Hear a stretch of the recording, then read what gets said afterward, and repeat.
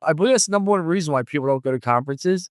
Ego. They believe they know everything. Most people are at inner war, especially leaders. Going into 2026, I'm just going to say it.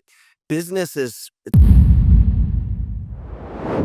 I'm sitting here with Ian Macklin, the president of the Elliott Group, a sales training organization. They have over 100 sales trainers in their organization.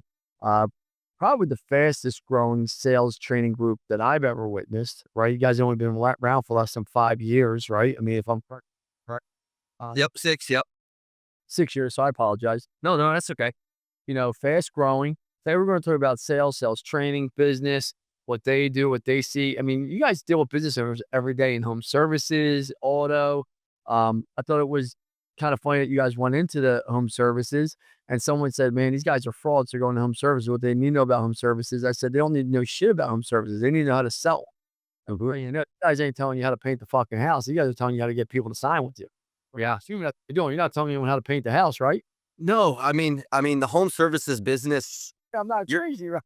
Yeah, you're not in the plumbing business. You're not in the roofing business. You're not in whatever business you think you're in. What you're really in is the people business. And so we're a master at getting people to change.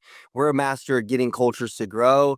And ultimately it's just because, we've changed and grown and we've built a really good culture and we've built a really good team, but we just understand people. We understand where people get stuck. We understand that people are the biggest enemies of themselves. And if we can teach them not just sales training, which I can get into in a little bit, but if we can teach them to be better leaders in their companies and better leaders in their communities and better fathers and better husbands and better mothers, we take a real leadership centric sales approach, which means if you can lead yourself better, ultimately you're going to change. Like we kind of say we're a sales training company. We're going to teach sales. We've been high level sales guys.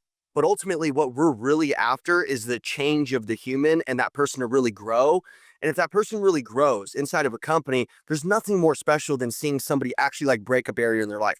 If you break through a barrier in your life, something that you don't like, something that maybe has kept you stuck for a while, you break through that and you're learning a new skill. You're experiencing a thing called progress. You're on fire. You're serving your customers better. You're serving your team better. And so that's really what we're after. Yeah, I mean, let's talk about that. I mean, you guys fast growing, fast growing.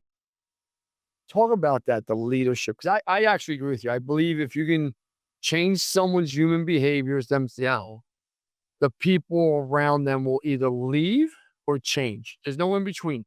Like yeah, if, with that. If someone stops drinking alcohol, either people stop drinking alcohol around them or they leave that person. If Yep. someone stops doing drugs, cheating on your wife, whatever it is, any bad habits you have, the minute you say, I'm not going to do these, all those people you were doing them with either leave you or they change.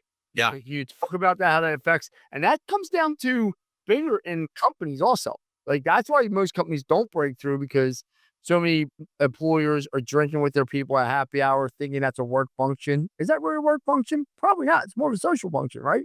I'm not saying it's not a place for it at Christmas time. Not Debbie Downer, but can you talk about that?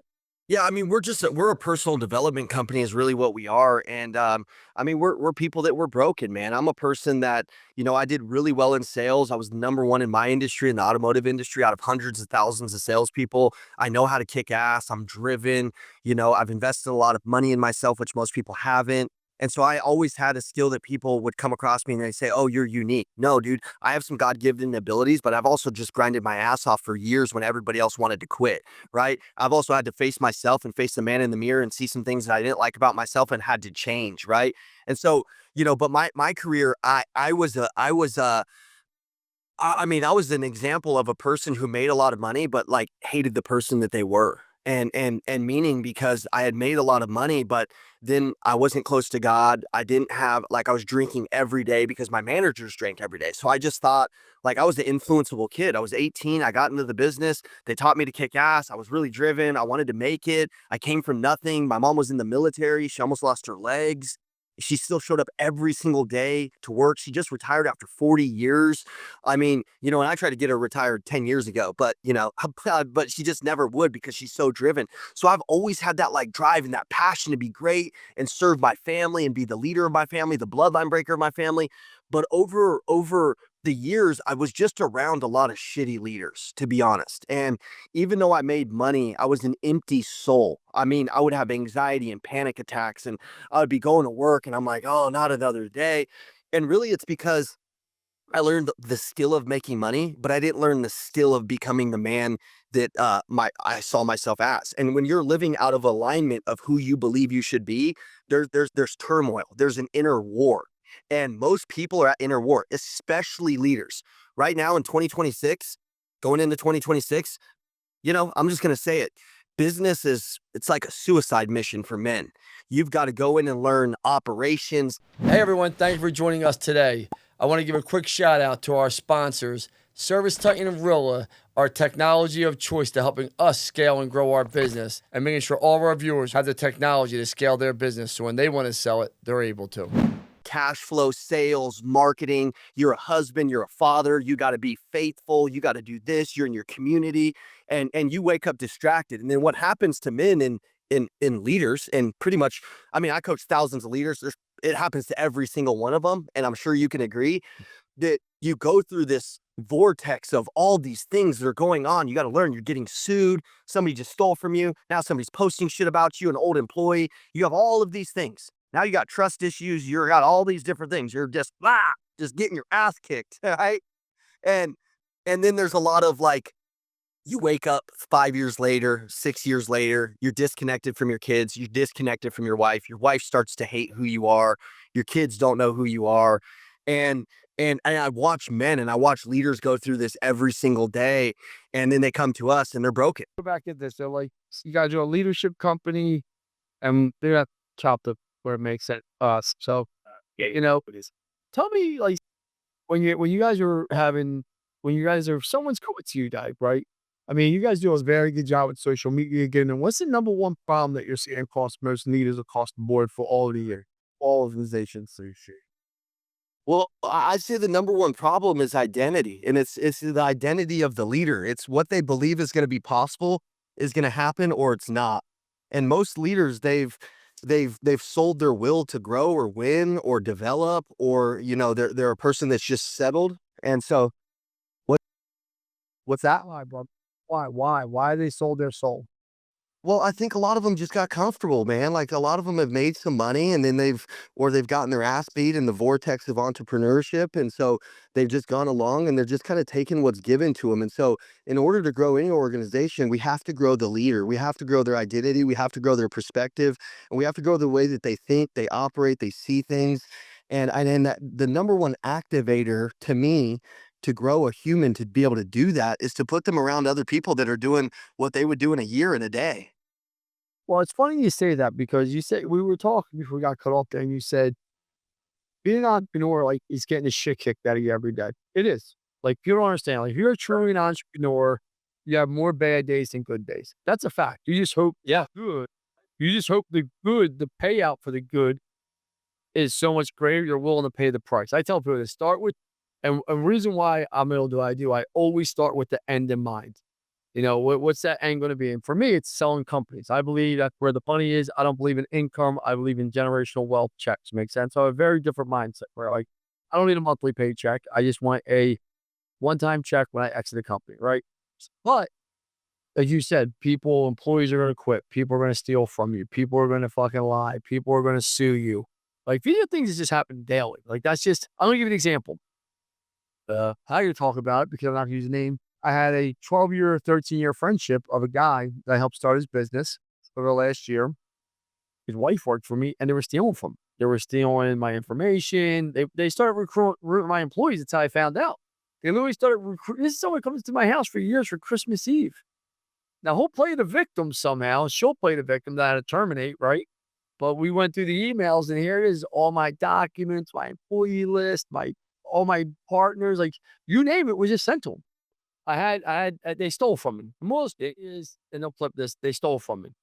And, what's funny was I terminated, obviously. And Jaleesa, my assistant, said, "Hey, did you ever talk to him or call him?" I said, "Who?" And she's like, "The guy's name." I said, "What for?" She's like, "To see what he did." I said, "What do you mean? We know what he did. We have the email communication. We have 3 different verified people from 3 of my companies he tried to recruit. well, they all told us the same story in different settings. Well, am I calling him for what? Now I thought about that this morning and said, man, the old Lance Bachman probably would have called to have conflict and argue. And I'm not calling that guy. I'm just moving about my day. Can you talk about like I think that's where you see growth is when we're like, all right, this is just part of the deal. And you don't take it personal anymore. You just move on. That stress level is always going to be high and you have to be ready at any moment. I think that's why most people stop growing. They can't handle the stress of it.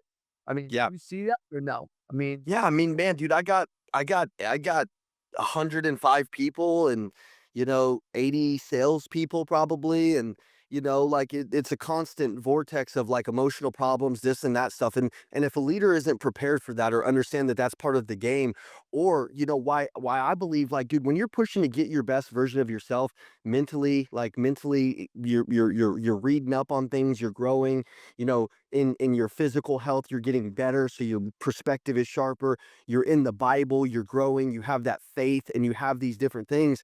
You're not wearing all of those problems on your face. And what I see is a lot of leaders is they just become so numb because man, things become so challenging for them that they're not able to see like a way out of some of these problems. They're not able to find new strategies to adapt because they're just getting smashed by the business. And so they're just stuck working in the business every single day. They can't really get out of it. They can't really see anything different. So, my goal is really just to pour some life into these business owners, some strategy into them. A lot of them are hard workers, but man, they're just not really hard thinkers. And if they could get out of that, man, what life could look like with, having the right people around you is so huge. So, yeah, man, I totally agree, man. It's hard to be an entrepreneur. It's hard to be I have my own businesses, but I'm also the entrepreneur and the president of this company. And so I wear a lot of those same problems of the actual entrepreneur. But I think it's who you're around. When you're around the right people, you're going to see things differently. But a lot of people are just around their same old dipshit friends and their same old people that they're doing better than probably most people. And that's usually the danger of growth right there is just being around the same people all your life. here's a question for you. We're going to talk about the Elliott Group. We're going to talk about people think you're a cult. We're going to talk about a lot of different things about sales, leadership. People definitely think we're a cult for sure. I get that every day. I know, but my thing is this is, I do think you're a cult, Ian. I think that's a good thing. I cult, cult. If you say culture, right? We'll jump right into this because I have no problem with it. If you Yeah. say culture, cult is in culture, right? Yeah. Like LB Capital is a cult. Like I have no problem saying it to people. I expect people to wear all of our gear, our logos, only our merch. Like, and they want to because that's the energy brings energy, right? And it starts from the top down, right? Like it's just that simple. Like, but what is wrong with that? Look at anything great, right? Or bad, great or bad, most likely had some type of culture to it, good or bad. Anything in between, you probably just were living in limbo. It I mean, honestly, think about it, like any great culture to it, right? I love that. That's true. Business-wise, anything, bad, the culture was probably bad from the top down, coach sock, this like and then it spreads like a fire, right? I got no problem. I want a cult here. Like I say it to people, I want a cult. I want people to be my employees, I want you to be one or two things, and this is gonna sound horrible. For all my employees, 'cause I call them families, all my leaders. I want you to be a raving fan of Lance Bachman. I mean, a raving, like, he is the best guy. He'll do anything for me, right? Or I want you to fucking hate me, right? Just, I want you out. I want you out. I want you out. And I want you to hate me. I want you to never talk to me again. And I'm okay with either one. Yeah. But there is no in between. The high and by. Like, if you're with me, you're with me. And I say this, and I'll eat in the basement with you, and I'll eat in the penthouse with you. Yep. It's no different where we're eating if you're with me. What I won't have is someone that's not sure where we're eating, what we're doing, half in, half out. So, like, I don't know. I mean, so are you guys a cult? I mean, if you really think about it in those terms, Yeah, man, and I agree. Number one, what you're saying is so true, man. As a business, as a leader, it's like it's so hard to get people rowing in all of the same direction. And if you can, you create like a movement. And to the average people, the average business owners who can't get two employees rowing in the right direction. I mean, let's just be real. Most of America is fat, depressed, judgmental, critical, depressed, stressed out, can't see out, is living in survival state. So the people that are hating online, they're usually those dipshits that literally haven't built anything in the world anyways. The guys that have built stuff, they really admire when you can get 80 people, rowing in the right way and you can build a culture because it's the hardest thing to do. One of the coolest things that's ever happened to me today was like in our meeting, like one of our guys, he's in our tech department. He's not even in sales. He went from an admin guy to now, he'll be promoted as like the chief technology officer here pretty soon. He's making more money. He's amazing. He's amazing. He stands up today and he said, my 5-year-old son, he's been here for 3 years. He said, my 5-year-old son has never known anything more than a 2-bedroom apartment. I have a new puppy. The puppy's a year old. I've lived in 2-bedroom apartments my whole life. 2-bedroom apartment was crazy compared to where I came from. And he's like, I just bought my first 5-bedroom house. It's $1 million house. Okay. And he's like crying. And he's like, and I just want to thank all you salespeople and all the people in this company that made this possible. Dude, in my company, I have 7 or 8 people that I'm looking at right now. I have a sales floor right here, and I'm looking at some of them. And I know 7 or 8 of them have bought their dream houses in my company. You know why? Because they believe what we believe. They're out there attacking, they're pursuing, they show up, they work harder than, I mean, if there's somebody listening to this, they may have one employee that works hard. I've got 80 of them. Literally, I have a rule at our company where you have to leave by 9 o'clock and lock the building up because they got people that will just stay all night. You know what I mean? Like they will just stay, work, grind, grow. They love where they work. And dude, I just didn't, man. I didn't. I've got kids running around here. I've got one of my top salespeople. He's got his 2 kids in his office right now, and they're usually here with us. And so we've just created a family. And to other people online, when you're in your full authenticity, like full who you are, like I really don't give a shit what people think on this podcast. I mean, I care, but I really actually don't. I'm just saying that to be nice. I just know who I am, and Andy knows who he is. So naturally, when you're doing that, everybody in the world wants to be who they are, but they don't have the courage to be who they are. And there's a few of us that do. And when you do that, you attract all of the right people. When you're hiding from who you are your whole life, and you're just a freaking numb shell, no wonder you just attract shitheads, and you're not going to develop a movement. You're not going to develop a cult. You're not going to develop people who want to win. You're not going to develop a lot of great people around you. So, like guys like you did it because you've actually built something substantial and amazing. And the people who don't, it's okay. One day you will. One day you're going to be running to, I like my family is here at the, I want to trust the people I work with. And I know people are going to burn me. I'm fully okay with that. But I'm not gonna go through all of these things as a leader and then take that and treat people a certain way. That's the one thing I admire about Andy the most is I've watched Andy co-sign on people's cars, buy them a house. I mean, he bought one of our original guys a $1.2 million house, and then the guy stole data, sold data, like did things that like you wouldn't even imagine, right? And then put yeah, yeah, and then put things online and, like, Andy had, like, done so much stuff for this guy, right? And I was mad. I was like, "Dude, I'll go kill this guy." Like, I'm the kinda guy where, like, I'm from the hood, man. I will go out there, I'll beat your ass. Like, I thrive on fighting. Like, I love there's some people don't know how to tap into their rage. The reason why I've always run as a salesman is because I've got rage in me, and it's not like I'm an angry human. I'm not angry. I just wanna win, and I wanna cut your throat, and if you go against me or my company, it's gonna be bad for you. And so, like, when Andy had that happen, I'm like, "Dude, I'll go kill this guy." And this was early on when I was just kinda coming up, and Andy's like, "Dude, what kind of energy is that?" He goes, "You're gonna go be mad at people." And I'm like, "I'm not gonna trust anybody. He was on my sales team. I should have known this." And he said, "Ian, welcome to being a leader.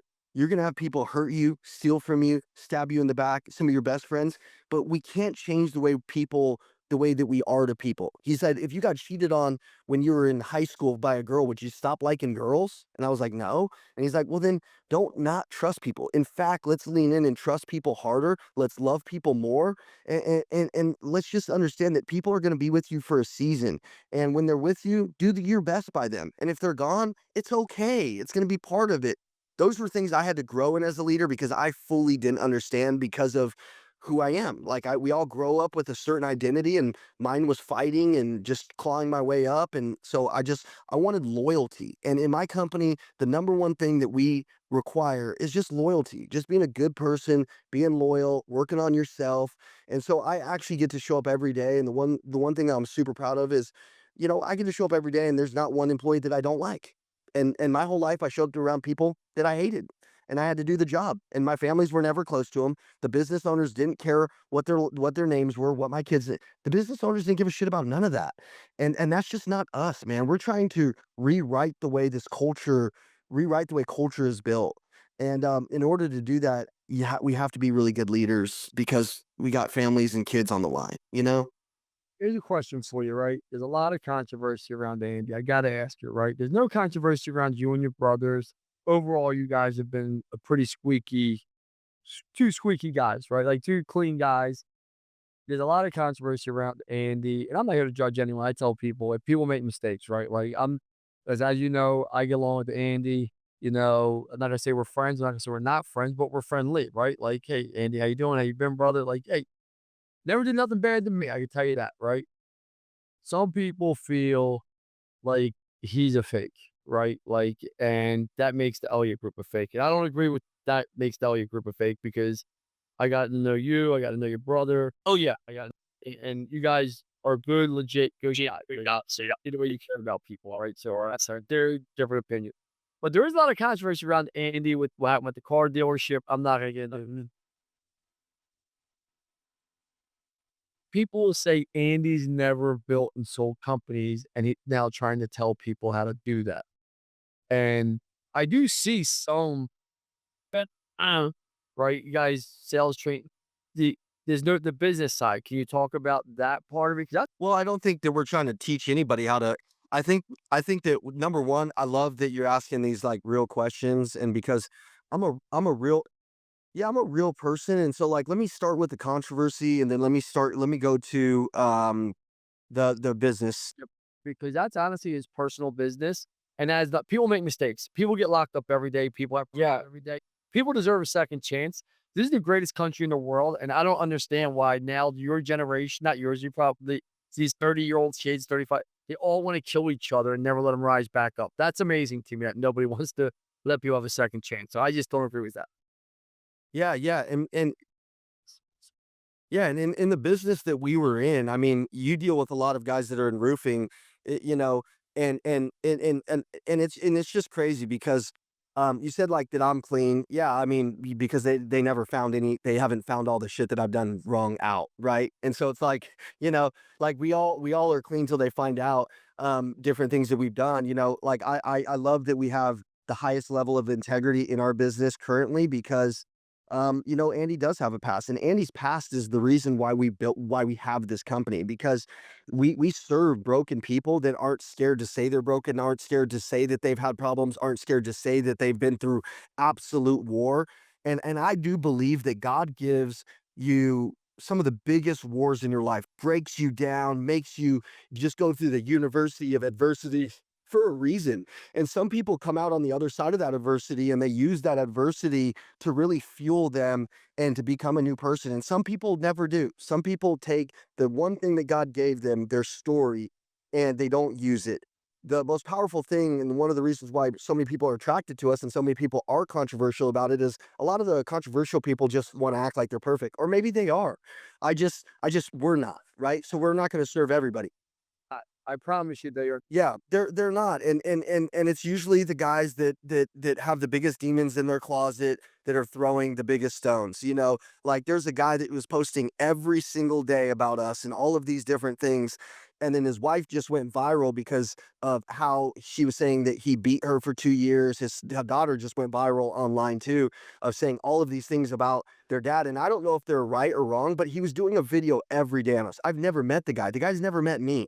Look, I just don't have hater energy, so I don't understand haters, but he's never once met us. Anybody who's ever truly met us just understands like that we just have servant hearts. We're men of God. We've made mistakes and ultimately we've come back from them. And so we can teach people to come back from certain things because we've had to come back from a lot.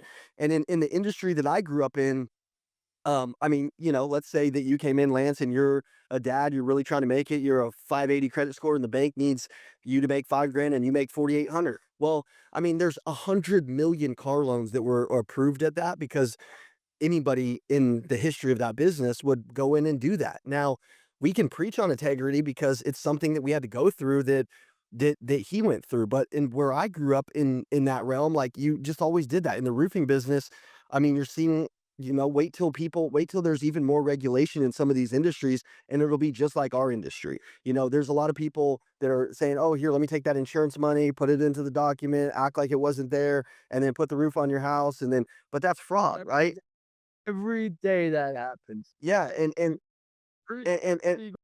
but where we came from, we just didn't know a lot of these things, and then we were also here's the deal, we were also just surrounded by all of the wrong people, and so when you're surrounded by all of the wrong people, it's like you definitely do the wrong things. I did so many of the wrong things, and I talk about a lot of them because in order for me to really serve people, they've gotta really know all of the bad shit that I've been through. In order to Andy talks about these on stage, he'll talk about these on stage in front of thousands of people, and he'll cry and he'll break down. And you know what people will do? This is a guy that's a really alpha guy, but he's a really caring, loving guy. And when he'll tell people, like I just had a guy that was here yesterday, and he walks in and he's from Mexico. And he said at 10 years old, he came to an event this last week. His wife brought him. He didn't want to be here. He didn't like Andy online. He did it because his wife brought him, and he's very successful in the home services industry. And and he comes upstairs and he's crying. He's talking to Andy. So I have to sit in on this meeting because I'm like, what is this? I want to know.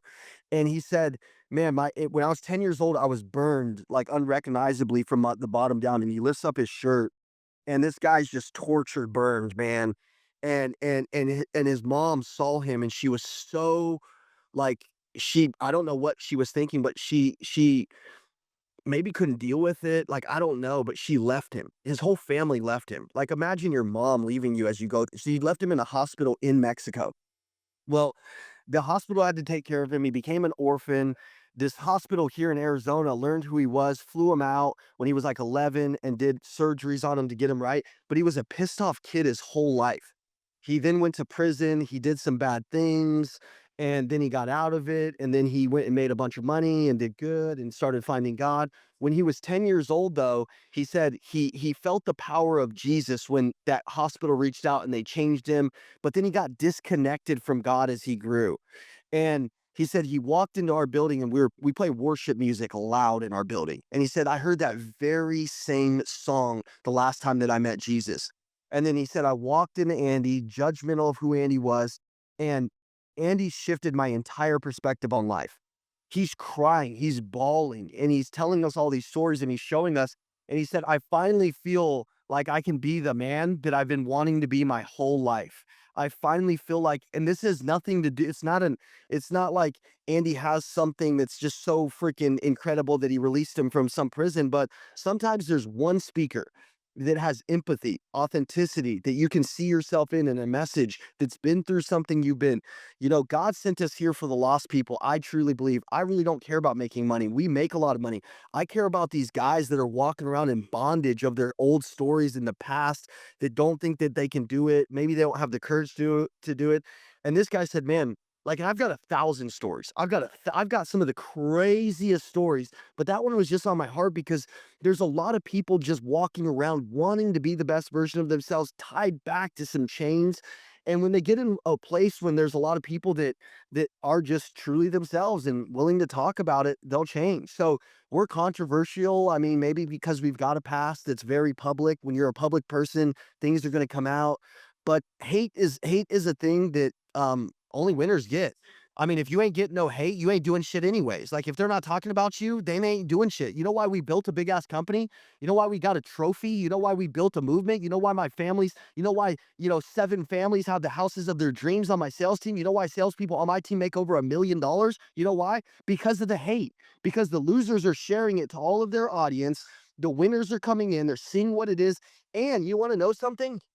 Man, some of the biggest haters online have become some of our greatest fans, some of our greatest clients, some of our greatest testimonials. Thousands of them. I could name thousands of stories of guys that came in, they hated us, and then So those things happen, but hate is a trophy only winners get. So if you're getting that hate, just don't let it distract you from the message of what God sent you here to do. He sent you here to do something big. And if you just are so concerned with what other people think, you'll never build anything great. Like you'll never build anything great if you only care what people think. So I mean, we just do us, man. And I love the hate because the higher that it is, it tells me that we're winning heavier. You know what I mean? It tells me that we're angering the devil. I agree with you. The more people that hate on you, the more people that say shit about you that aren't shit, that have to look. Listen, you're a constant reminder when you're winning of why losers are stuck in their positions. And they really like, and I say it all the time, like losers don't like winners, man, and winners don't like losers, and there's no in between. There's no common ground. And as you No. start, as you really Yeah. start winning, you really start to hate losers because you have no tolerance for the nonsense. You don't want to hear bullshit excuses. You just don't want to hear it. Here's a question Yeah. for you. How much of revenue will the Elliott Group do this year, you think, Paul? I mean, we'll do giant revenue, but everybody talks about their revenue. Everybody's like, dude, I'm gonna do 80 million, 200 million, all this stuff. Dude, I honestly don't even care about the revenue. Here's what I care about. I care about the behaviors of the company. I care about our What do you think the revenue will be? 'Cause I want to go somewhere with this. What do you think? I mean, it'll be giant. It'll be high multiple eight figures, maybe even more. You know what I mean? But I mean, ultimately, we're measuring our impact not just by what we're doing here, what we're doing externally. But what question do you want to ask?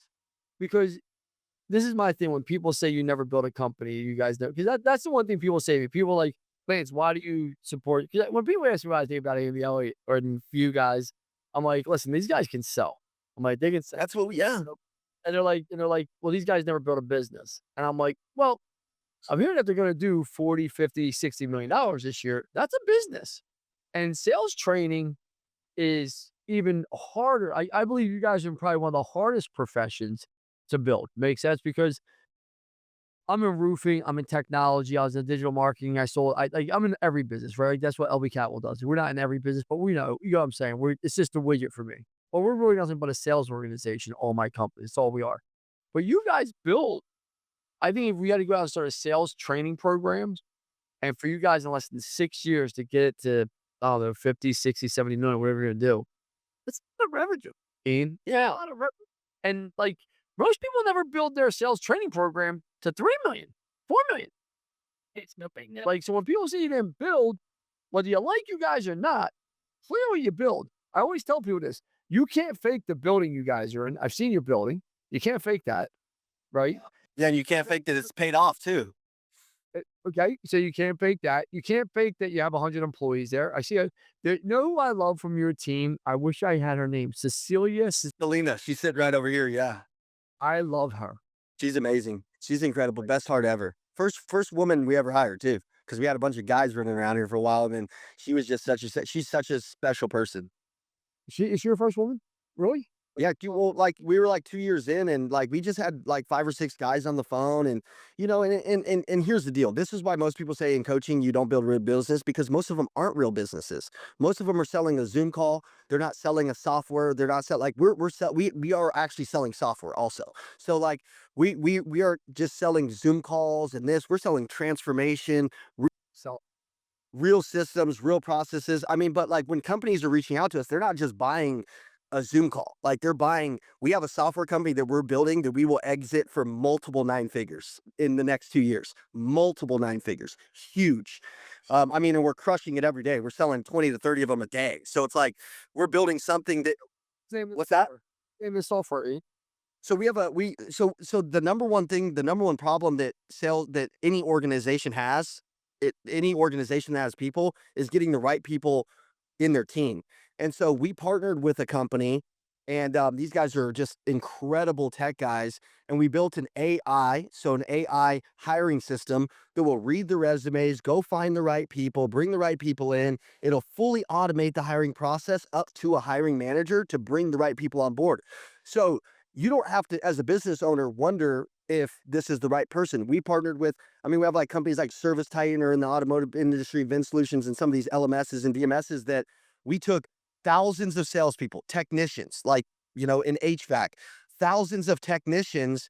We screened them. We have data. We have We built a predictive model of like what the best salesperson for this job would actually be. Like how do these people actually perform when they say they're going to perform? How do we as a company like identify if this is actually a guy we want on the team?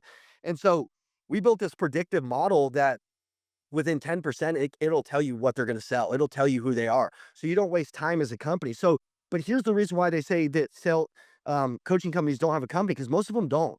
Most of them don't have, most of them don't have numbers. Most of them don't have KPIs. Most of them are just selling a little bit of information. And I'll be honest with you. Most of them are going to get wiped out by AI because they're not selling anything real. They don't have departments. They don't have KPIs. They don't have real financials. They don't have any of those things. And so some of them aren't running a real business. So I get that. But if they came into our company for 30 seconds and they were an actual operator, they would see a company that they've never seen before.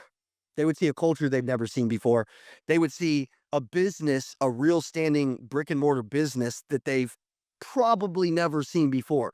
And so um, they just have to see it. But yeah, no, I get it, because most of these dipshits online, they don't really have a company. They don't really have, like, it's not real. So it's like, I get it. I believe the same thing as them. Yeah, I mean, that's why I've asked the question, because I know, my thing. This is, I don't think you guys are ever claiming to scale companies and then sell 'em. No, no, no. Oh, you asked a good question too. You said about the scale, Yeah.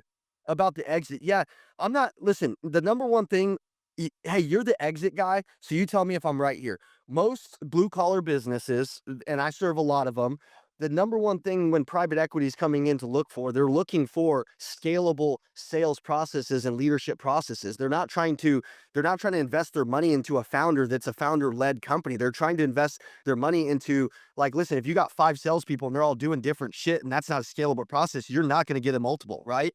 And so it's like, so listen, I've never sold a business, but most founders that have businesses, they don't really understand creating scalable systems and processes within their company, which I understand. And Andy ran some high level businesses. I'm running a high level business right now, but I'm not going out and be like, here's how you sell, here's how you exit a business. I've never said that. But here's what I'm going to go out and say.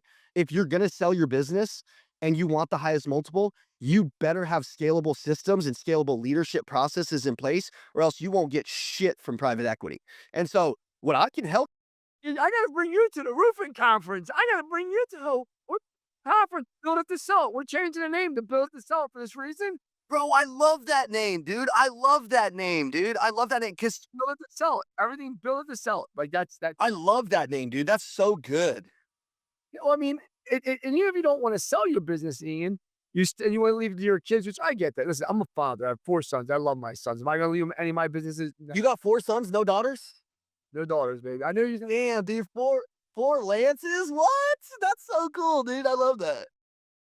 And my thing is, this is like, if I'm going to leave something to my kids, though, I don't want them to have the stress of a headache every single day. So I want something that's scalable, profitable, has systems and processes in place that you can still.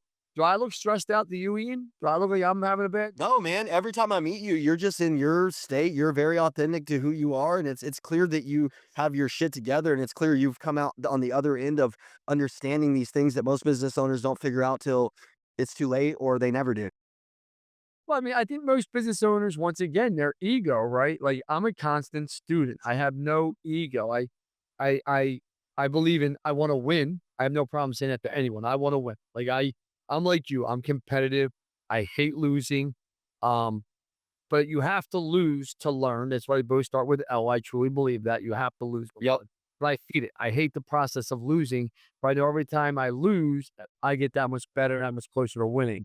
So the reason why I think I have so much success is, number one, I lost all the people I grew up with for the most part, and some close family members. And family doesn't make it right, and this is the thing. Like, if you want to go grab what you want to grab in life, you probably gotta let go of what you have.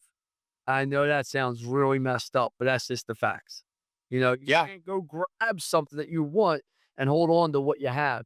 And I've asked a lot of people to take this journey with me. A lot of people take this journey with me. And nobody except for my sister Jolynn, my CEO, and a few other people has signed up and said, I'm willing to take it with you. Because it's hard. It's brutal. Yeah. People say they want the outcome, but they're not willing to give the input to get the outcome. No different than True that, man. I know. Huh? True that. So, like, that's why people always here you go, here's a question for you, though, and I'm gonna ask this one because I know we're out of time. A lot of shit people will send me, like, Andy says you need to have a six-pack to be successful, and we both know that's bullshit. You don't need to have a six-pack to be successful. I don't think that's his message.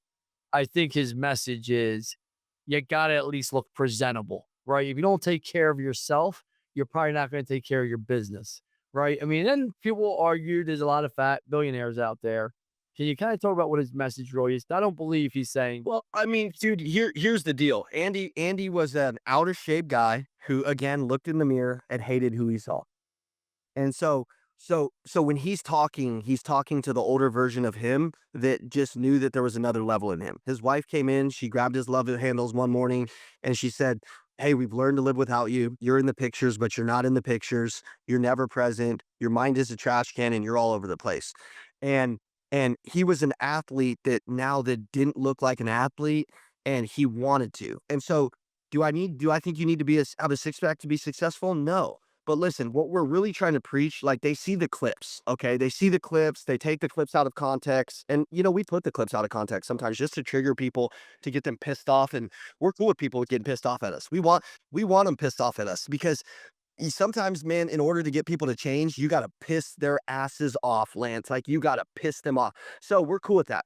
But ultimately, even if you made all of the money in life, and then at the end of the life, you were under the lights and you could have made some different changes in your health, you would give up all of that money to be healthy. And and so we just value health here at our company. We want our men to be strong. We want them to go to the gym. We want them to eat right. We want them to just be in love with themselves and love themselves, not like in an arrogant, weird way. But dude, you lead better when you have more confidence about who you are and how you feel. Do you need to have a six pack? No, man. He would be the first person to tell you for real. But he would say, dude, in our company, I got a guy that was 400 pounds when he started our program. We're not a physical training company. Okay. He started with us. He lost 200 pounds. He's selling better than ever. We hired him once he lost the 200 pounds. And it just shows that you can change. Is he ever going to have a six pack? No, because now he has a lot of loose skin and things like that. Okay. So he's never going to have a six pack, but that's okay. But I want to tell you one other thing real quick. I got to tell my sales team 2 seconds because we have this meeting that we never do. Say what up, guys. What up? Hey, finish up done with this in 10 minutes. Just grab everybody together and then we'll have a meeting. Okay. All right. Give me 10 minutes. Okay. Give me 10 minutes. Okay. All right. So we always have this meeting at 1 o'clock and we never miss it. No matter where we're at, we always get together and then we just kill this last part. Look, here's our CEO down here. She's always doing the work. Say what's up to Lance. You remember Lance? You met Lance. What's your name, brother? Tim. Tim, Ian, nice to meet you. Nice to meet you. Nice to meet you. So here's the last thing that I want to say about that. For a long time, for the first year in business, we never talked about health. We never talked about fitness. We never talked about God. We were a new business, just trying to make money like everybody else, and it was very non-authentic to us. And we knew that it wouldn't change people. It wasn't who God called us to be. Not just sales trainers. He called us to be transformational specialists and really help people. And I remember I signed my biggest account. Now, dude, I'm taking loans just to keep this business going. I'm just trying to figure it out. I went from like my sister, my first month in this company, one of my sisters passed away. I've got a lot of brothers and sisters. She passed away from drugs. She left behind 3 kids, a 9-year-old, a 3-year-old a 1-year-old at the time, and like a 14-year-old. And I'm the only one in my family that's made money. So I'm incurring more bills because I got to take care of them. My whole life is changing. My grandfather passes away the next week, and then I went through a big breakup, and she didn't support that I was going down to, and I wasn't naive. I'd lost money in business before, and I said, we don't have a product, but I believe in this guy. I believe in this guy, Andy. He changed my life through what he taught me. Like, I believe in him. Come with me. She wouldn't come. So I lost 3 things. God is going to strip you from a lot of the things that happen, and he's going to strip you from some things that don't serve you, some doors that don't serve you, and also things are going to happen when you go to get this big life. And if you just quit along the way, you're never going to get the big life. I didn't quit. I didn't turn around. COVID happened in my business. Car salespeople that couldn't even freaking couldn't even put two sentences together or making 500-600 grand. I was the #1 salesperson in the world, and I wasn't making 500 grand as a car salesman. I could have easily gone back to selling cars. It would have been way easier than the path that I was on, just like you said. But you know what? I told somebody I was going to do something, and I freaking did it. I stayed with him when all the dealers, I was flying around all of the world, closing them on accounts. They're like, dude, just come work for us. You're making $1,000 a week. But I never quit on that dream. I never quit on those things. Let me mute my phone. I'm sorry, bro. Let me mute my phone. So many people are calling me. They know this meeting's supposed to happen. So so I never quit on that dream. But you know what? On that health side, Andy said one day when I closed that first account, this big account, 20 stores, man, I'm fired up. And Andy calls me and he says, hey, I'm going to go online. I'm going to start triggering people on fitness. I'm going to start talking about the shit that really changes people's life, like God and fitness. Look at the last 10 salespeople that came to our event and leaders. The only ones that are breaking through, they're actually understanding God. They're actually understanding fitness, and they're actually breaking through, because we would invite like our close guys to work out with us. We would invite them to church, and then we would teach them sales training. And those guys always broke records. But we were scared to tell everybody like who we really were, man. We were still just like trying to run a business and not like trying to run the calling that God called us to be about, man. And Andy says, I'm gonna go post this. I said, bro, we serve the car business. It's a lot of people out of shape and a lot of people that aren't in touch with God. He said, I don't care. That account called me. That account said, I'm going to cancel if Andy doesn't put his shirt on. Tell him to put his shirt on. I called Andy. I said, hey, bro, you got to put your shirt on and take that shit down, because I didn't have the courage. I was just trying to survive. I got all this stuff going on in my life. I'm like, Andy, bro, I'm going to lose this account. And he said, fuck them. He said, God called, and that's not the best. That's not the most Christian language, but that's what he said. And he said, I'm going to be who I know the world needs to see and who I really am. I'm done being fake. I'm done trying to make money. I'm sick of chasing the money. We're going to just chase who God has called us to be, and people aren't going to like it. That's okay. Account cancels. Our business goes down 30%. 2 months, I'm stressed out of my mind. Like, dude, you did the wrong thing. Again, I don't have the courage. I'm 29 years old at the time. I'm not thinking about anything other than making money. I get what he's saying, but I don't really understand it. And then our business shot up 4,000%. The right people started to hear the message. The right people started to grow. The right people started to say, dude, you know what? I am a leader. And if I'm an alcoholic, if I'm watching porn every day, if I'm cheating on my wife, if I'm doing all of these things, I'm going to show up a shell of myself, and my team is going to show up that way. Listen, your team, I'll end it here, can only have 80% of the energy you have. So if you're a little bummy energy baby trying to build something big, good luck, bro. Good luck. Good luck. Good luck not pursuing the best version of yourself. Good luck being a little baby. Good luck. Good luck having a little shitty mindset. Listen, if you got a shitty marriage and you're trying to build a big business and your team has to look over at your shitty ass marriage, understand they're going to have shitty personal lives. And the team, the people, the salesperson with the best personal life will beat the crap out of a salesperson or a leader with a bad personal life. So we have a lot of people that are married, not perfect. We're not a perfect company, man. We are just as broken, okay? We are not perfect. But our leaders, they've got a real relationship. They're not the people that you see online and then you meet them in person, you're like, that guy's a turd. No, you meet him online, you're like, God, man, that guy's 40 times better than he is online. Like, that guy's freaking the real deal. And our team knows that. So our team is some of the best fathers and mothers and leaders and community organizers, and they organize charities and all this shit. And so you have to understand, as a leader, they're only going to be who you are. And if you're a turd, bro, you're just giving somebody no chance at actually running a good family and a good business. So you should be ashamed of yourself. And if you are ashamed of yourself, get training, get growth. Go to the freaking Exit Rich conference. I'm sure you guys are talking about exiting freaking 30% of the time, and 80%, 70% of it is identity, leadership, growth, your mindset, and all the things that you've had to do. Because yeah, you know some processes and systems, Lance, and all the cool shit, and you could take somebody's business and you could flip it upside down and make them see a whole different version of their business and their systems. But it won't matter if you don't change. Like, you got to be the change. So that's my message to leaders, is like, really just, like, get around people that are doing it. Get around people that have done it, and drop the ego, and freaking number one, be connected to God. That's it. We need more leaders like you in the world. That I can tell that you're a guy that, man, you're not just talking about it. you're truly living it. And in the Bible, it says, learn it, live it, and then loan it to other people. So I appreciate everything that I've learned from you, just even online in passing, and who you are, for having me on the show. We've had a lot of like little technical difficulties, first on your side, then now on my side, then on yours or whatever. But maybe that's just because, the devil doesn't want this to get out to everybody, because we're going to inspire too many people and get them fired up and get them to go to your damn conference and change their damn lives or something. So, but thank you. I want to tell you, I appreciate you. I look up to the things that you're doing. Maybe we can collaborate some stuff to help all of our business owners here in 2026. And, keep being just a great dad to those 4 boys. There's nothing cooler than seeing a good dad. Like, that's the coolest thing to me. You too, brother. I'll call you. Thank you. Love you, buddy.